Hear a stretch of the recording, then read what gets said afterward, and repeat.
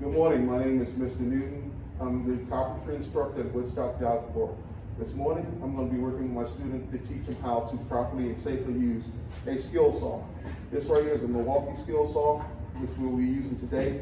Anytime you are doing anything with the skill saw as far as making adjustments or doing anything to the saw, make sure that it's unplugged. But the first thing you do before you do anything is make sure you read the manual on how to safely use it. And after reading the manual, you can start using the skill saw. First thing I want to show you is right here. This is the trigger. And the skill saw is designed that when you cut, you use both hands. And that way, when you're cutting, you're not putting yourself in risk of cutting yourself or hurting yourself.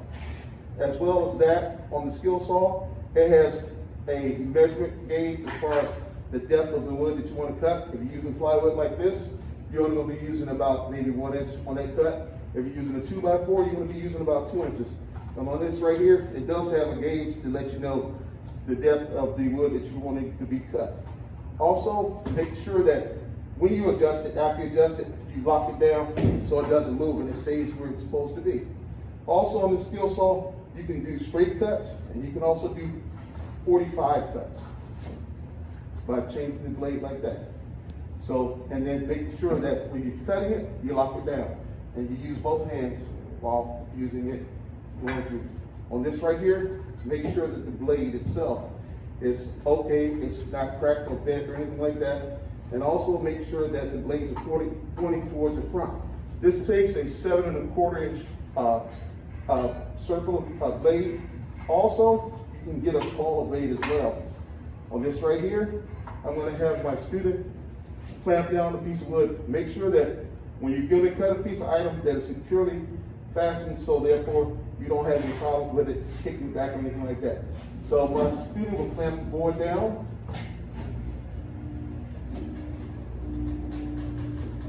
And always make sure you use 2 clamps when you're clamping it down so it can be clamped securely.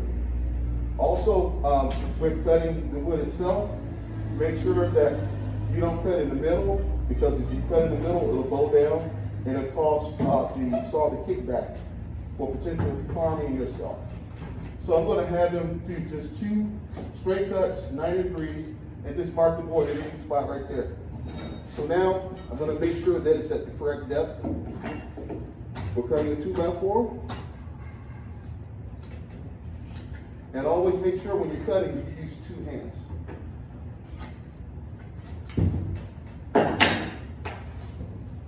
I'm going to be adding the power, and I'm going to show the student how to cut first, and then after I cut it, then I'm going to allow him to cut it as well.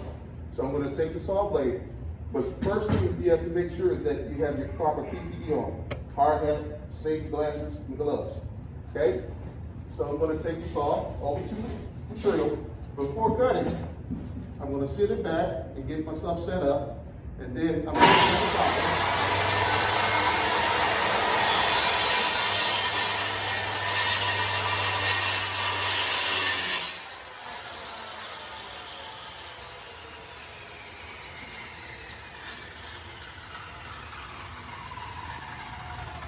As you can see, I didn't cut it at the correct depth, so I'm going to unplug the cord, and then I'm going to adjust it again. And it's secure.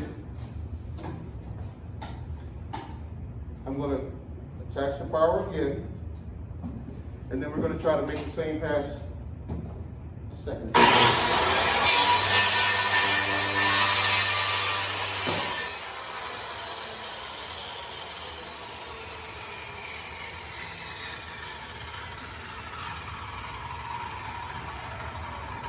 And when you make your pass on your cut, always make sure before you move the saw away from the material that you stop, you let the blade stop. The reason why you do that is because if the gate was actually get stuck or something get wedged in there, then the potential of you cutting yourself will be reduced. So I'm going to make another cut as well.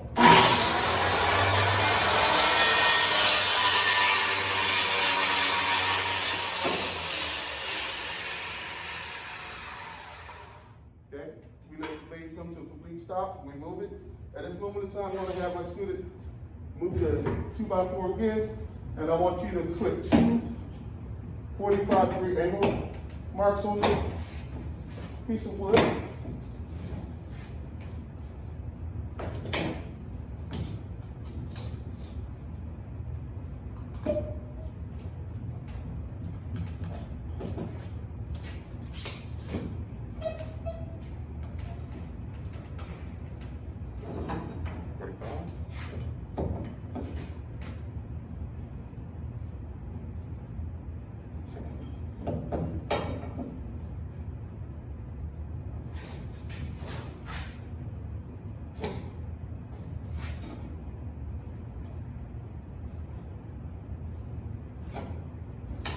Actually, you just put 2 90s.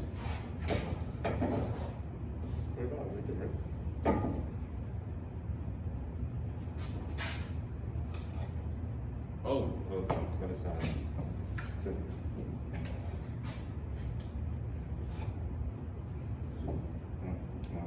Put another one on there for me, please.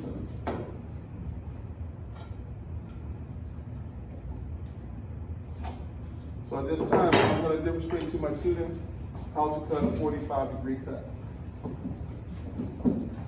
Again, make sure that when you're working, you try to move all your debris out of your way.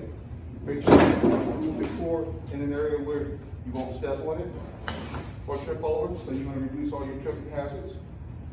Again, we're going to come here, set the saw up.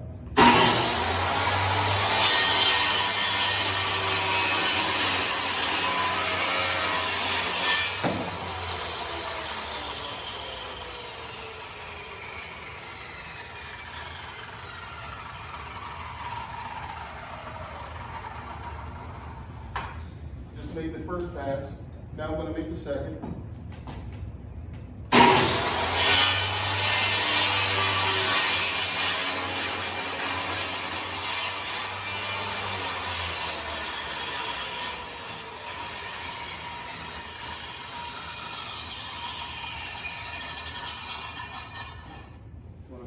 Pull it out the tube. At this time, can you adjust the plane for me now? Just move it back just a little bit for me, please. There we go. So, since I wasn't able to make that pass, I had the student adjust the clamp, and now I'm going to try to proceed to do the cut again.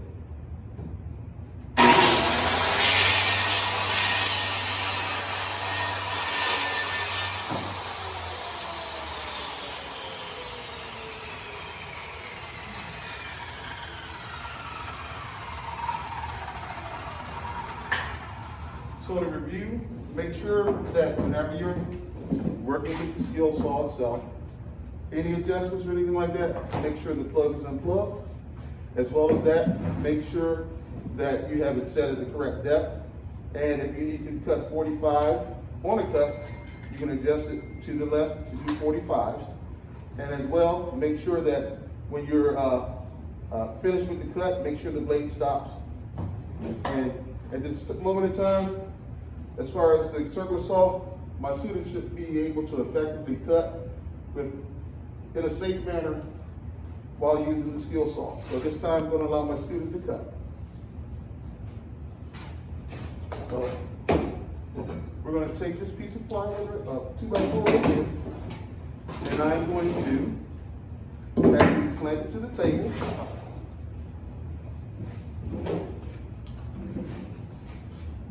And now I'm going to allow you to demonstrate 2 straight cuts.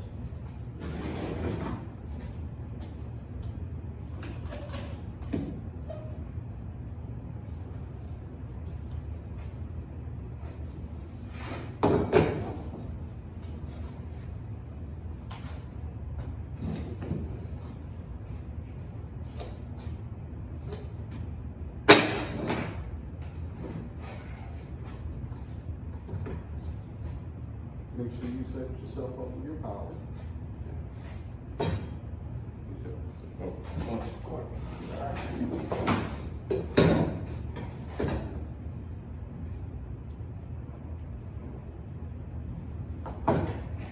Yep.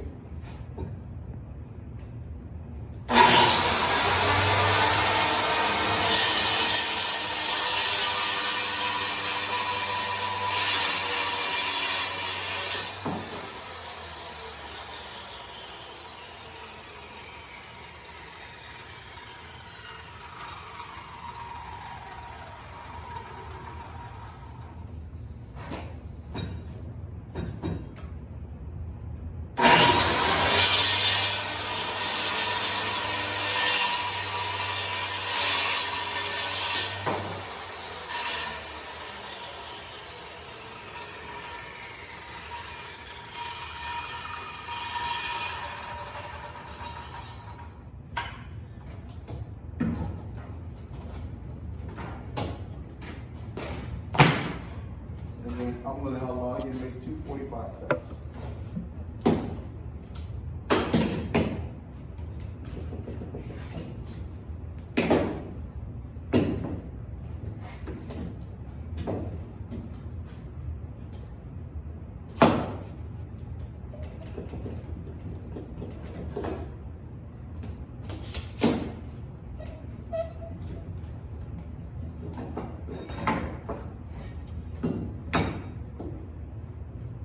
Go closer to the edge.